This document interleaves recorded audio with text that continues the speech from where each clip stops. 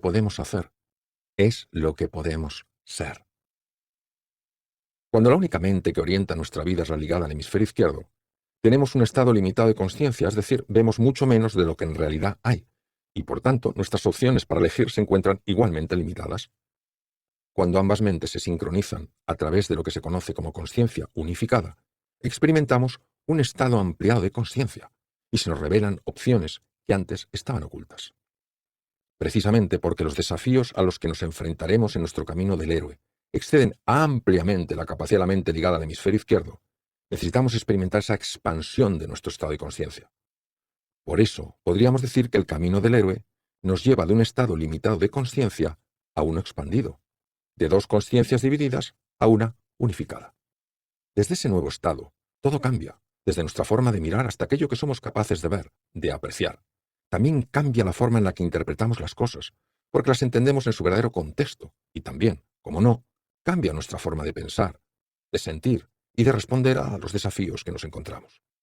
Por eso no hay misión más importante en la vida que ampliar nuestro estado de conciencia, es decir, unificar nuestra conciencia.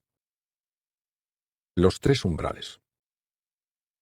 Lo que puede hacer una persona que ha llegado a unificar su conciencia para mejorar este mundo es difícil de imaginar. Cuando se produce la vuelta a casa una vez recorrido el camino del héroe, esa persona se convierte en la luz que ilumina el camino de los demás. Por eso se dice que ha alcanzado la iluminación o el verdadero despertar. Hay tres tipos de umbrales o puertas que nos llevan de nuestro mundo conocido a ese otro desconocido. Primero, se produce el paso del mundo consciente del hemisferio izquierdo al inconsciente del hemisferio derecho, para después pasar de un espacio a otro dentro de la esfera inconsciente. Cruzar estos umbrales implica hacer frente a distintas pruebas que, a medida que se van superando, harán que el héroe o la heroína experimenten un mayor nivel de crecimiento, de evolución y de despertar. Cada uno de estos tres umbrales nos introduce en un mundo diferente de desafíos y de oportunidades. Si bien tienen algo en común, los tres nos ayudarán a reconectar con algo de lo que nos habíamos desconectado. Expondré ahora brevemente la naturaleza de los tres umbrales. Primer umbral. Nos permite reconectar con el cuerpo, con la inteligencia somática. Vivimos una cultura muy influida por Newton y Descartes, lo que hace que tengamos una tendencia muy marcada a separar las cosas. Observamos nuestro cuerpo, pero no lo sentimos a un nivel profundo. Por eso se habla tanto en psicoterapia de la distancia que mantenemos con nuestro cuerpo, una distancia que, por muy sorprendente que nos parezca, repercute directamente en cómo nos sentimos. De ahí que se dé también tanta importancia a los beneficios de la expresión corporal en la mejora de cuadros de ansiedad relacionados con traumas afectivos. Quien cruza este primer umbral establece un tipo de relación con su cuerpo completamente diferente al que previamente tenía. Esto se nota porque se tienen nuevas sensaciones corporales, se adquiere un mayor equilibrio emocional y se desarrolla la intuición. Recordemos que en nuestro cuerpo hay al menos 4 cerebros, además del intracraneal, que son el digestivo o cerebro entérico, el cardíaco, el muscular y el celular. Cruzar el primer umbral nos da la oportunidad de volver a conectar con todos ellos. Segundo umbral. Cuando cruzamos el segundo umbral pasamos del mundo físico al espacio que existe entre lo físico y lo espiritual, lo material y lo energético, la forma y el fondo. Por eso conectamos con un mundo de arquetipos y símbolos, que son representaciones mentales que nos ponen en relación con todo un mundo de imágenes, sentimientos, sensaciones y potencialidades ocultas. Un símbolo como la cruz, por ejemplo, evoca en un cristiano algo de gran profundidad. A este símbolo están asociados imágenes, sentimientos, sensaciones, virtudes e incluso un sentido de vida. También el símbolo del yin y el yang del taoísmo evoca una dimensión profunda de la existencia y un camino para el despertar. En el camino del héroe encontraremos también una serie de arquetipos que no solo tienen la capacidad de evocar en nosotros imágenes, sentimientos y sensaciones, sino que además darán forma, haciéndolos tangibles, a algunos de los obstáculos que no nos dejan avanzar y, cómo no, a aquellas potencialidades que necesitamos que afloren. Después de cruzar el segundo umbral, nos toparemos con las pruebas más difíciles, por lo que será necesario ir bien armados con los recursos y las capacidades que hayamos adquirido al cruzar el espacio que existe entre el primero y el segundo umbral. Tercer umbral. Atravesar el tercer umbral nos pondrá en contacto con el mundo del espíritu. Si recordamos cuando cruzamos el primer umbral, pudimos reconectar con ese cuerpo del que nos sentíamos separados. Después, al cruzar el segundo umbral, lo hicimos con dimensiones de la mente que estaban enfrentadas y en permanente conflicto. Cuando se cruza el tercero, se entra en contacto con ese campo cuántico, también conocido como océano del SAR. Es entonces cuando podemos experimentar el poder creador, sanador y transformador de aquello que es infinita consciencia y amor. Las dos formas de actuar del cerebro.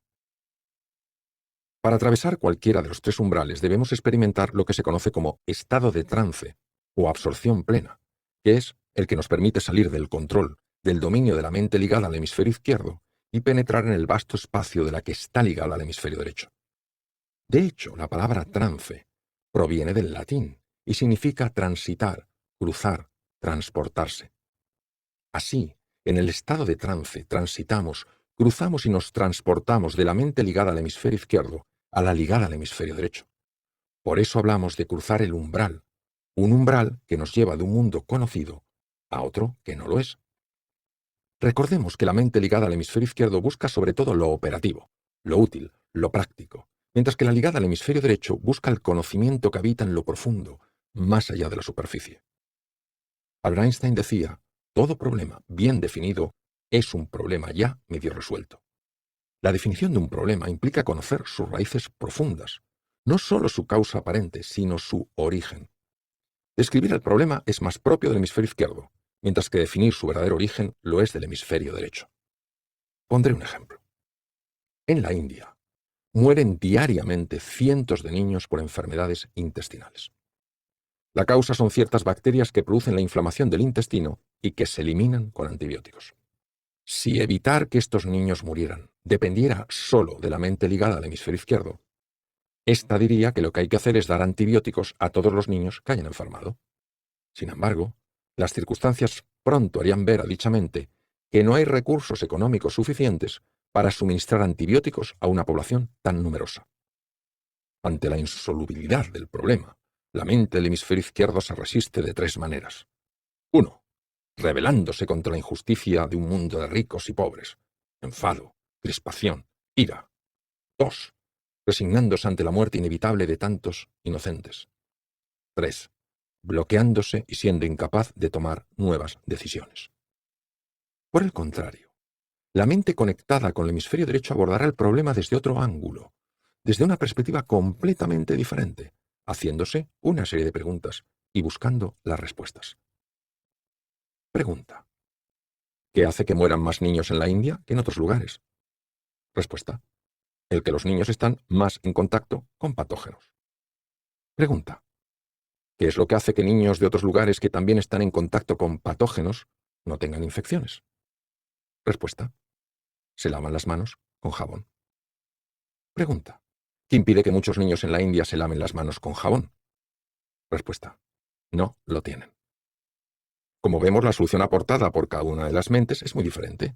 La primera mente, la conectada al hemisferio izquierdo del cerebro, propone que se compren antibióticos, muy caros, mientras que la segunda, la conectada al derecho, propone que se compre jabón, muy barato. Supongamos ahora que se opta por comprar jabón y los niños no lo usan. La mente ligada al hemisferio izquierdo se frustraría de nuevo e intentaría obligar a los niños a lavarse las manos con jabón. De nuevo, nos encontraríamos en un callejón sin salida, porque no es fácil vigilar a los niños para que se laven las manos. Y otra vez llegaría la frustración. Sin embargo, la mente ligada al hemisferio derecho del cerebro opta por otro abordaje. Pregunta. ¿Qué hace que estos niños, a pesar de tener jabón, no se laven las manos? Respuesta. No han desarrollado el hábito de hacerlo. Pregunta.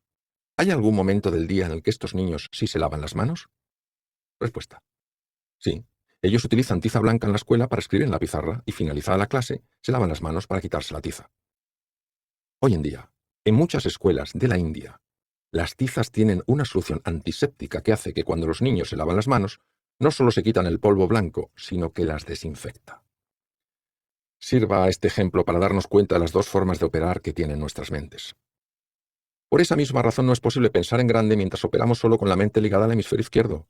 Solo piensa en grande la mente ligada al hemisferio derecho, de modo que cuando ambas se conectan y se supera la división, generándose una conciencia unificada, no solo se piensa en grande, sino que también se vive en grande. Esto tiene un impacto en nuestra salud y en el tipo de relaciones que establecemos con nosotros mismos, con los demás y con la vida. También genera un impacto en los niveles de prosperidad, bienestar y felicidad que experimentamos. Cuando nuestras dos mentes se sincronizan y la consciencia se unifica, afloran nuevos talentos y capacidades que previamente estaban ocultos. Es entonces cuando proyectamos al mundo nuestra mejor versión. Y por eso la salud, las relaciones humanas, la prosperidad, el bienestar y la felicidad pueden alcanzar en nuestra vida un nuevo nivel que previamente resultaba inimaginable. La mente ligada al hemisferio izquierdo solo puede aspirar a objetivos lógicos, sensatos, racionales. Y sin embargo, cuando se produce la sincronización de nuestras dos mentes, conseguimos objetivos exponenciales, extraordinarios, fuera de serie. Por eso el camino del héroe nos da la posibilidad de expresar y proyectar la mejor versión de nosotros mismos, la única capaz de hacer realidad nuestros más grandes sueños. De manera que cuando ambas mentes se sincronizan y nuestra conciencia se unifica, experimentamos sorpresa, admiración, gratitud y una profunda alegría interior. Es como si hubiéramos vivido gran parte de nuestra vida atrapados en un plano de 2 dimensiones, la mente ligada al hemisferio izquierdo, y ahora se nos revelara un plano nuevo, una tercera dimensión que nos muestra recursos, capacidades y potencialidades previamente ocultos e inaccesibles. Haciendo referencia al valor de las preguntas para mostrarnos nuevas realidades, Albert Einstein decía: lo importante no es encontrar respuesta a las viejas preguntas, sino aprender a hacernos nuevas preguntas, preguntas que nunca nos hemos hecho antes.